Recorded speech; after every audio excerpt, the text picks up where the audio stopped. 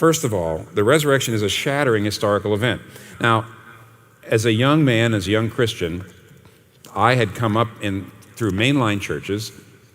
I was a religion major at a secular university, and this is what I was told about the resurrection fairly often, that after Jesus' death, his disciples experienced his presence.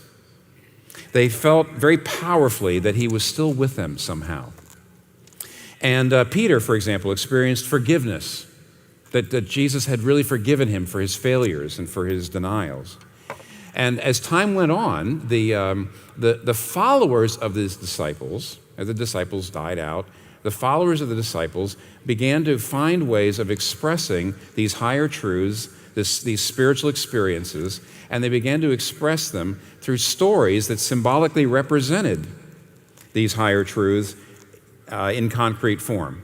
So the stories of the idea, the higher truth that Peter experienced forgiveness from Jesus turned into John chapter 21, which is a story of Peter meeting Jesus by a fire and Jesus asking him 3 times, "Do you love me?" and getting Jesus forgiveness. And the stories of the resurrection themselves were literalistic, symbolic representations of these higher spiritual truths. And so, to put it in a nutshell, John Dominic Crossan put it like this: Emmaus never happened.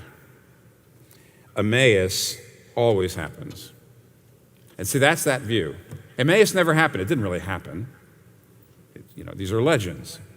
And yet Emmaus always happens because the higher truths are forgiveness and hope. The higher truths are spring always comes after winter, that there's always hope and that we must hope. And so the stories, even though they didn't actually happen, they tell us about these higher truths, and they're symbolic representations of higher truths.